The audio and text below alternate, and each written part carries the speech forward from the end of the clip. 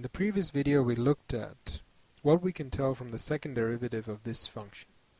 We looked at the options concerning gradient, and now we're going to look at the options concerning, well, these two, the function. Right off the bat I'm going to tell you that these options are actually wrong. But it's important to know why, so you can solve similar problems in future. And the main reason is actually the word, or the phrase, constant rate. Now previously we saw what we mean when we say the phrase constant rate. So for instance, if the speed in a car increases at a constant rate, that means that every time we increase the speed, like every second or something like that, the amount by which it increases with each second is a constant number. Now coming back to the question, if the function is increasing or decreasing by a constant rate, then the change in the function should be constant, right? Which means that the first derivative, which is the change in the function, should also be a constant number.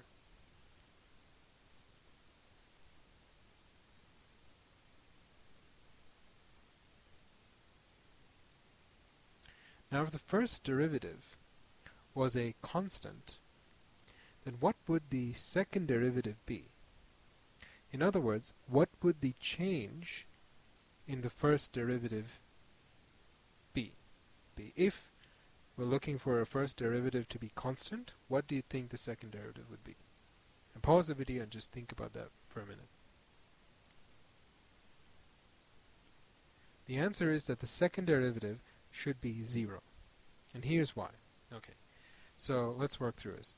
We have the second derivative here, which we can get by taking the derivative of the first derivative. So we're taking the derivative of a constant, and we know that the derivative of a constant is actually 0. So that means this whole thing becomes 0. Now coming back to the question, clearly in this particular case we've already found that the second derivative is not 0. It's a number, it's 4 in this case, which means that the change in the first derivative is not 0, which means that the change in the function would not be constant. And that's why we can exclude these options. Now one little side note before we finish this video. We talked about how the second derivative, in a previous video we talked about how the second derivative talks about change in the first derivative. Or we saw basically how the derivatives mean change. So if we find the derivative of something, that means we're looking for the change, we get the change in that something. Now I need to make this clear, that just because the second derivative talks about change in the first derivative does not mean it cannot tell us something about the function itself. Okay? As we've seen in this example, we learned that the function doesn't change at a constant rate.